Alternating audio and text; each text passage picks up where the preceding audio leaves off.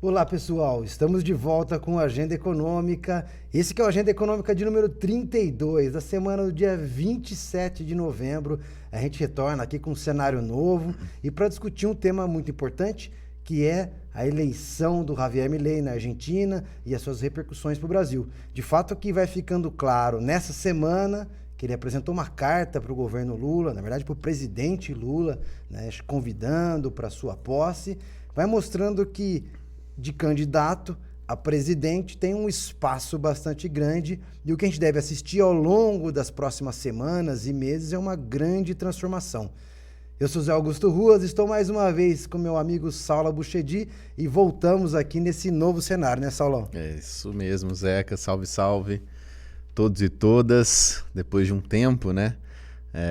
Um intervalo aqui pra gente arrumar o nosso cenário. Arrumar a casa, Arrumar né? a casa. Muita coisa estava desarrumada.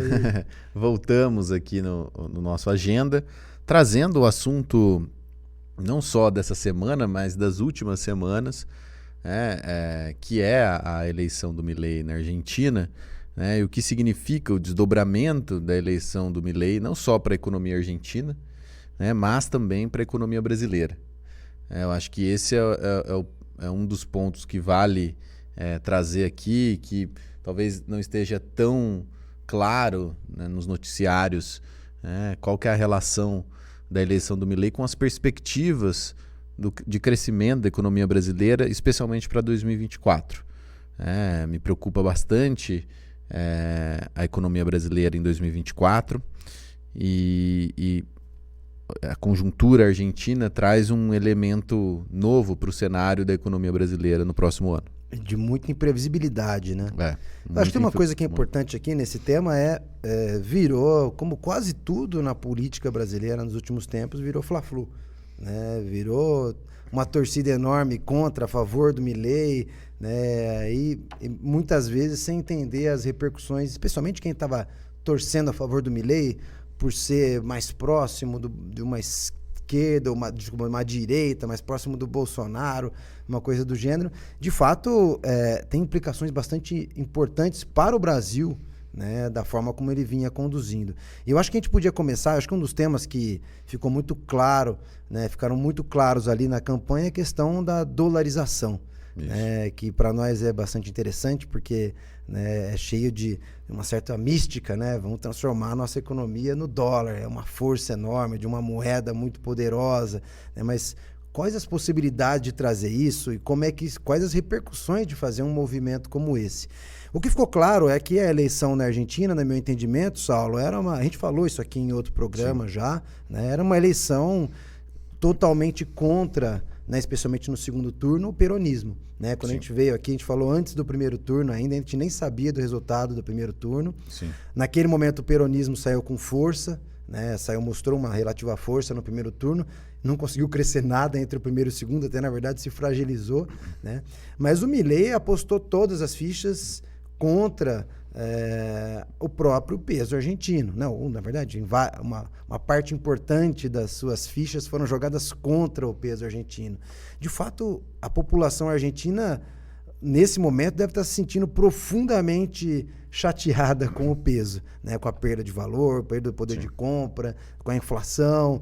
E o Milei jogou um peso enorme em relação a isso e fez uma promessa: dolarizar a economia argentina, né? Até a gente tem os nossos grupos de WhatsApp, todo mundo tem os seus grupos de WhatsApp, né? E a gente circula vídeos, etc.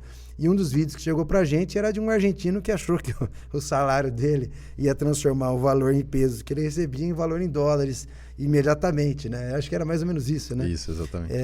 Ou seja, existe uma confusão enorme do que significa uma dolarização da economia, né? O que eu acho que primeiro, é importante aqui, depois eu gostaria que você complementasse como professor de economia monetária, né? Mas acho que é muito, muito importante dizer o seguinte, né? E falamos disso no último programa: você abandona seu Banco Central, abandona sua soberania monetária em detrimento do Banco Central dos Estados Unidos, que vai decidir qual é a taxa de juros, vai decidir se a sua economia vai crescer ou não a partir da oferta de moeda, né? Do crédito, etc. Decide completamente como é que é o ritmo da sua economia.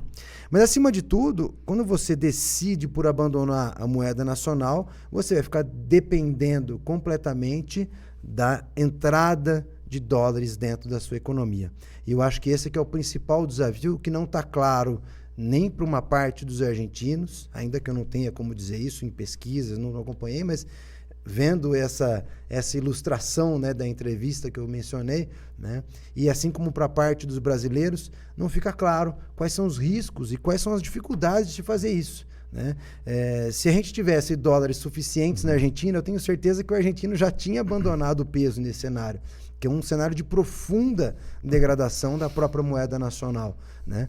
Então, quando o Milei anuncia que vai fazer uma dolarização da economia, eu acho que ele está fazendo uma aposta, ou pelo menos ele dá a entender que teria condições de fazer uma coisa, de trazer muitos dólares para a Argentina, de trazer algum tipo de acordo externo, de trazer algum tipo de parceria com os Estados Unidos, como ele anuncia, né? E talvez ele esteja torcendo pela vitória do Trump, e o Trump talvez fizesse alguma coisa por ele, o que eu acho pouco provável, dada a magnitude do desafio, mas sem dólares, sem um grande aumento das exportações ou da entrada de capital estrangeiro, né?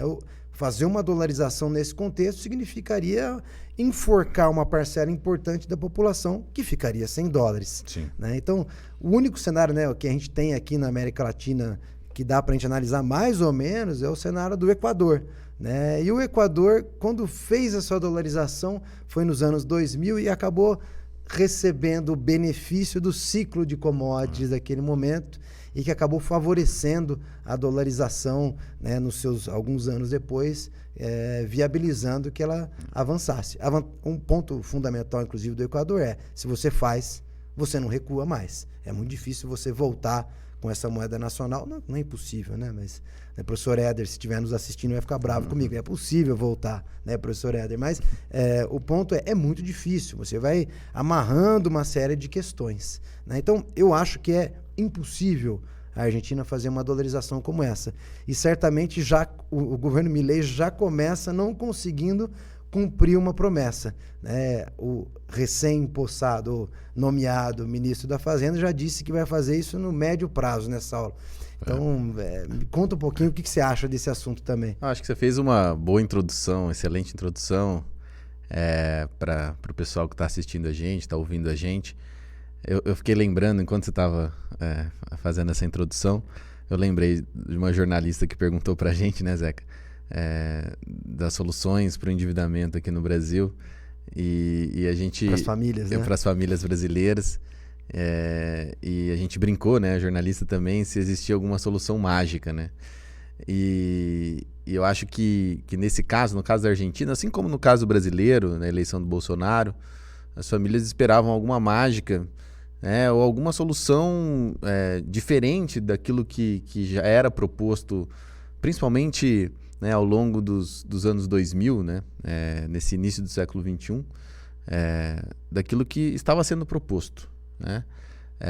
Tanto a eleição do Bolsonaro quanto a eleição do Milei reflete o fracasso das políticas econômicas e sociais, econômicas de maneira geral, né, que vinham sendo implementadas até então, e políticas dentro do contexto daquilo que a gente chama de neoliberalismo, né? Ou seja, políticas que visavam de alguma maneira combater a pobreza e a desigualdade, né? Então houve um avanço, ainda que marginal e focalizado, da política social, né? Mas ao mesmo tempo acenando para o mercado, né? Acenando para o mercado financeiro, e o mercado financeiro se beneficiou também nesse período. Junto, né, nesse período, como você falou no caso do Equador e no caso da América Latina, a gente viveu momentos de bonança, né? Bonança principalmente em relação ao preço das commodities, beneficiando os países latino-americanos e os países emergentes. Então a gente viveu uma bonança global que favoreceu os países latino-americanos e os países emergentes de maneira geral, né? E isso permitiu a política do ganha-ganha, né? Então ganha o mais pobre, ganha o mais rico, ganha todo mundo.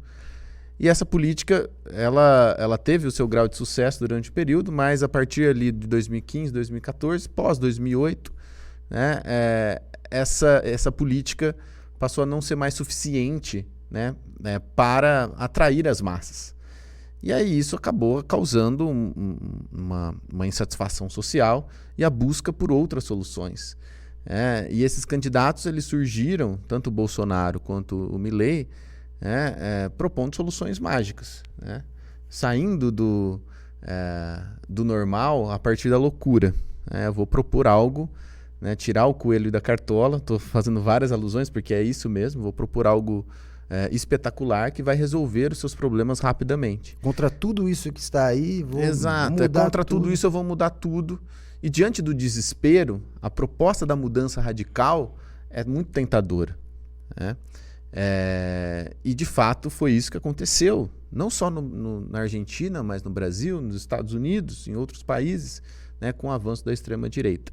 Então, eu só quis fazer essa observação porque o que acontece na Argentina não é só um movimento isolado, contra ou desafiando o peronismo, né, como você bem disse, também, mas também é algo global, né?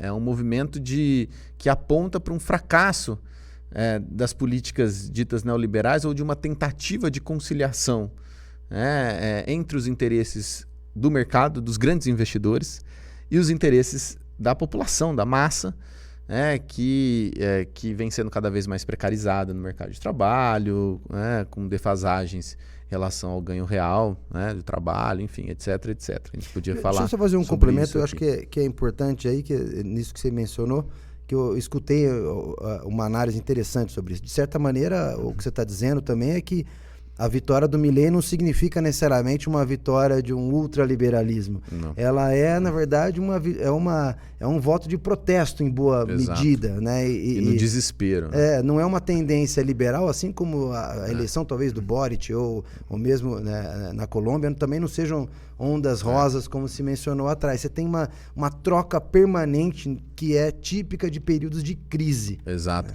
Então, exatamente isso, Zeca. Então, não é uma vitória do anarcocapitalismo, não é uma vitória dos ultraliberais, né, do ponto de vista econômico, em relação às outras linhas de pensamento econômico.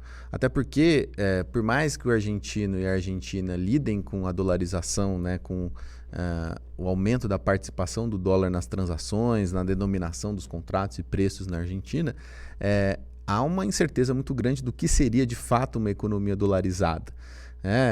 Então, a questão não é a vitória da dolarização ou da moeda privada, né, que é uma coisa bem austríaca, como a gente fala para os alunos de economia, a vitória da noção da moeda privada contra a moeda estatal, né, uma vitória contra a centralização do sistema monetário nas mãos dos estados, né, a favor da livre concorrência, inclusive para a definição do sistema monetário, da moeda vigente.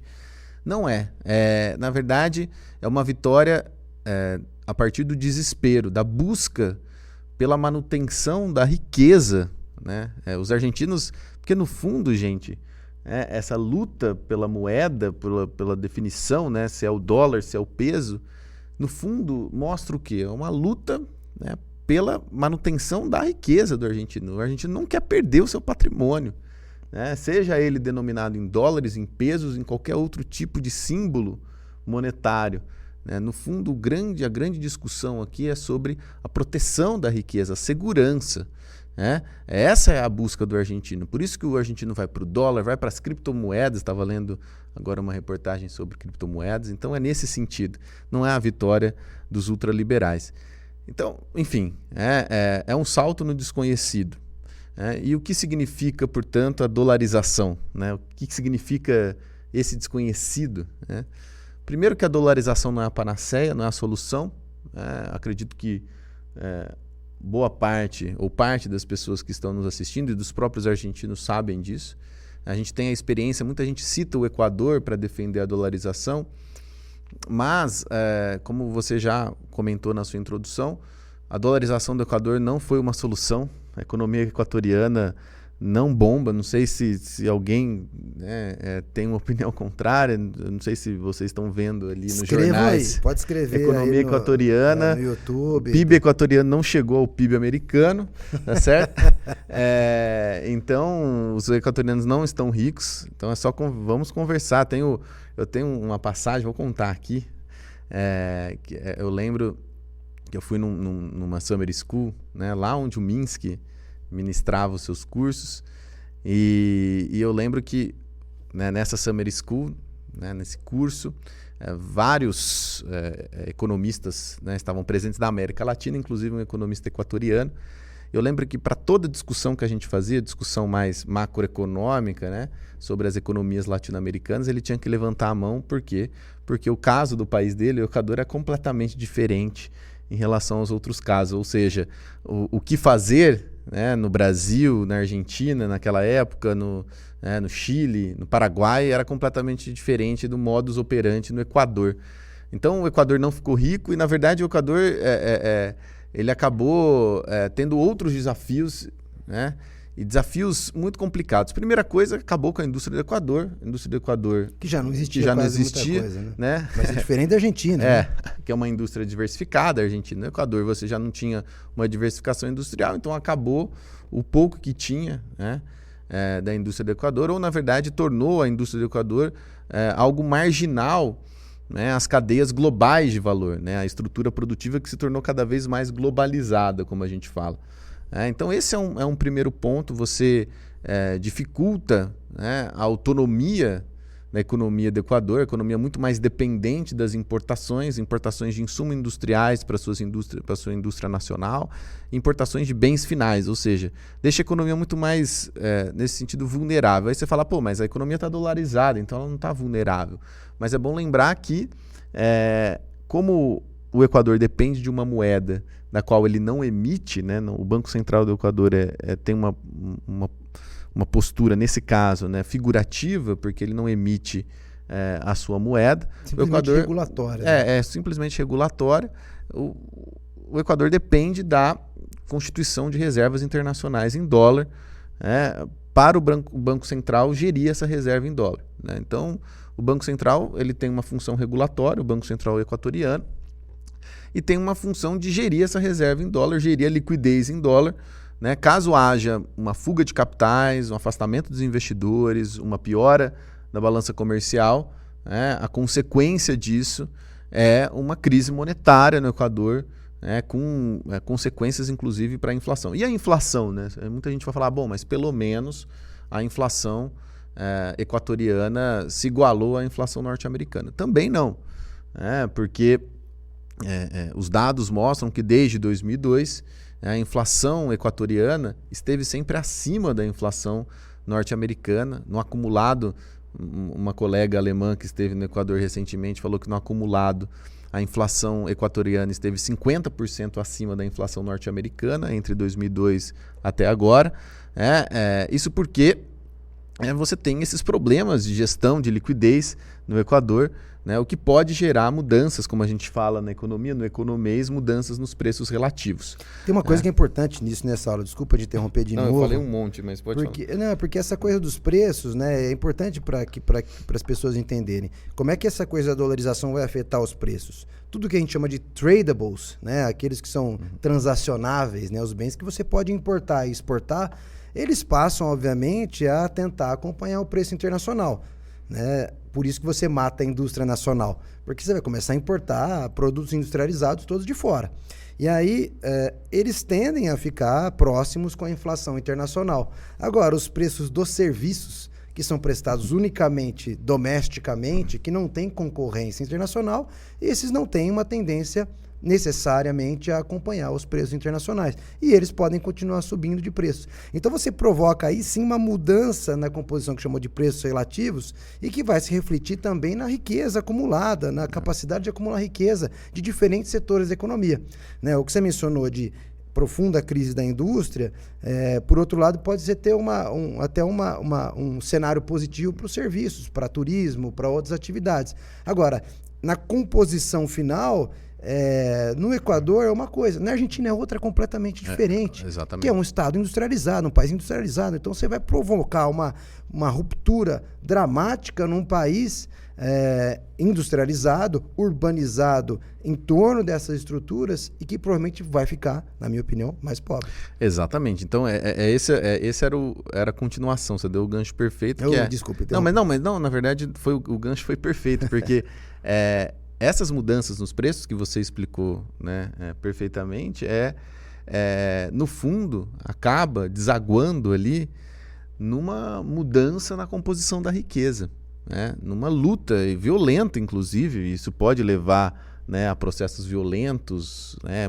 manifestações, greves, insatisfações sociais, né, processos violentos de recomposição. O que isso significa? Recomposição da riqueza. A grosso modo tem gente perdendo muito e tem gente ganhando muito com a dolarização. Não é um processo suave, né, de recomposição da riqueza, é um processo violento.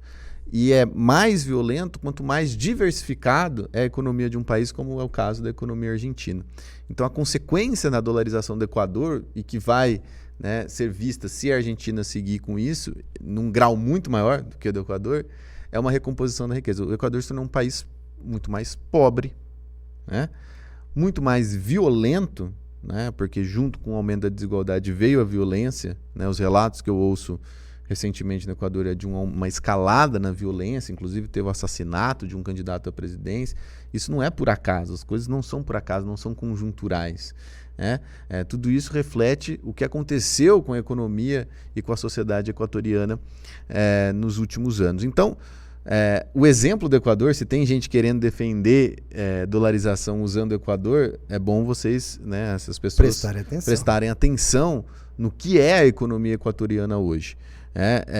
E essa mudança, ao meu ver, né, para pior, na sociedade, na composição da riqueza, na distribuição da riqueza na sociedade equatoriana, né, certamente, no caso argentino, vai vir de maneira muito mais dramática, com o empobrecimento do país, né, e com a diminuição da diversificação da sua indústria.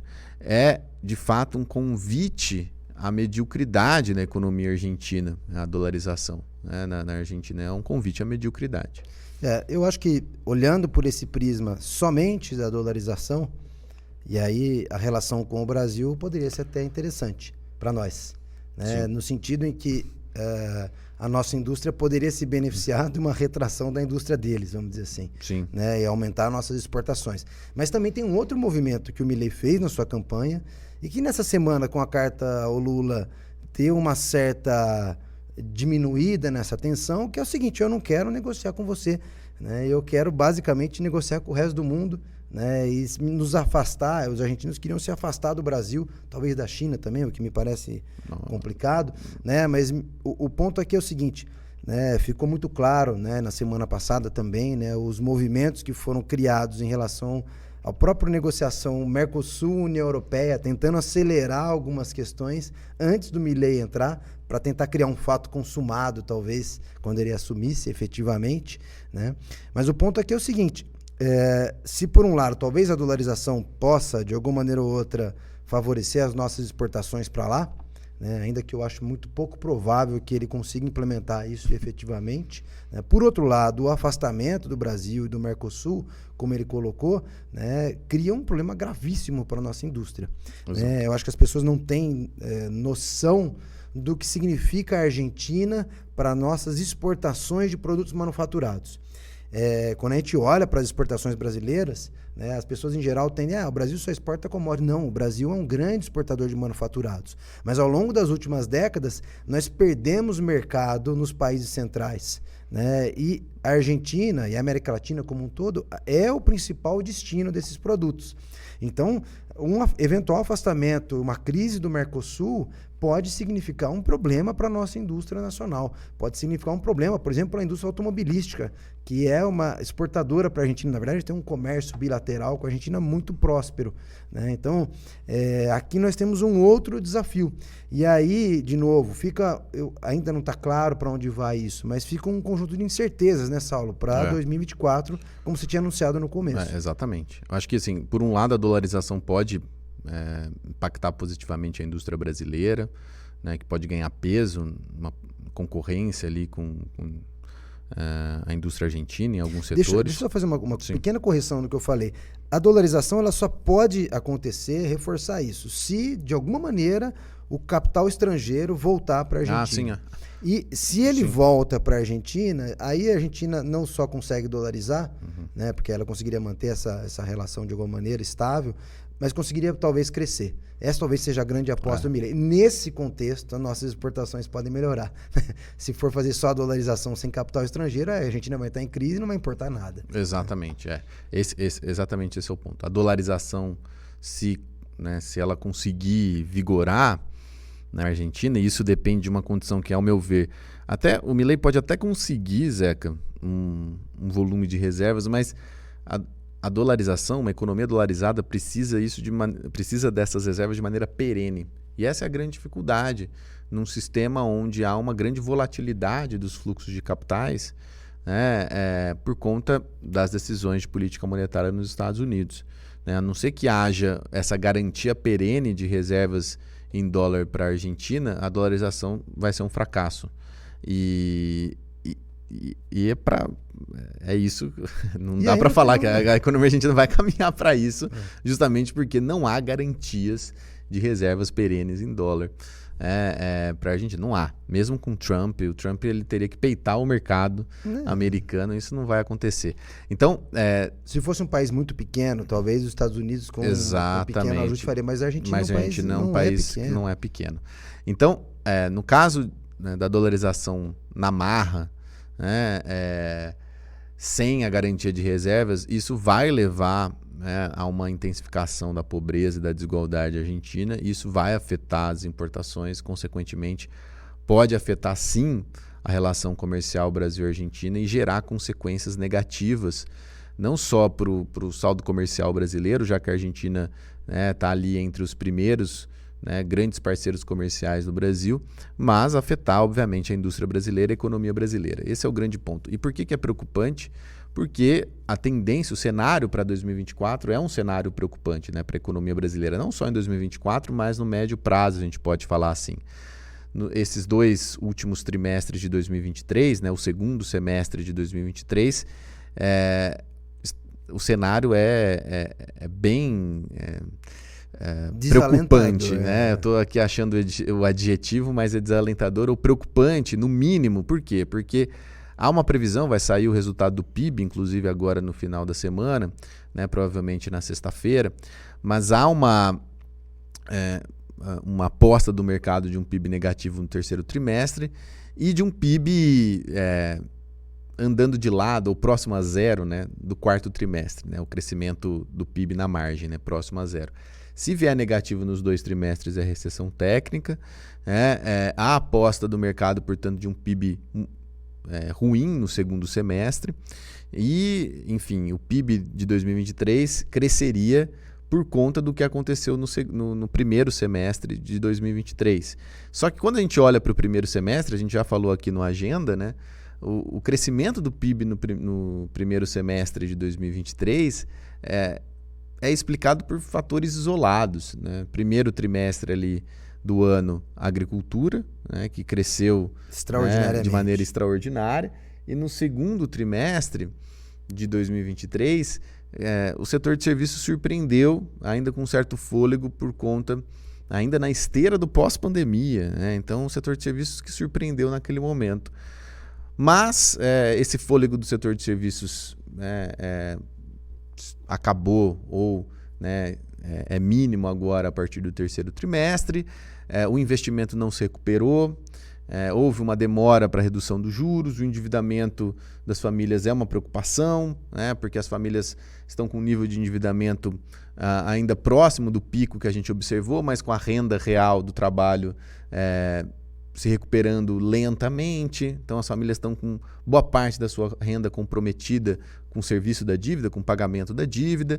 Então a tendência que o segundo semestre nos mostra, o que o segundo semestre nos mostra para frente. O economista sempre olha para frente, projetando, de um cenário para 2024 desafiador.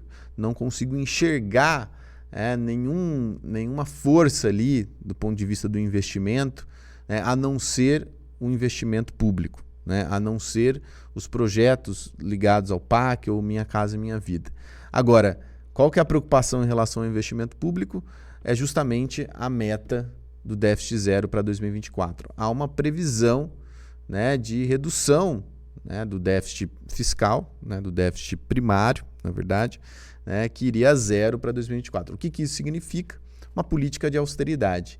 E fazer política de austeridade num momento, né, numa trajetória de desaceleração da economia brasileira, inclusive, né, numa trajetória onde o PIB brasileiro provavelmente vai se encaminhar para o campo negativo, é algo muito preocupante, né, porque o Estado está indo na contramão do que ele deveria fazer, né? O Estado tem que agir, é isso que a gente fala para os nossos alunos, de maneira contracíclica.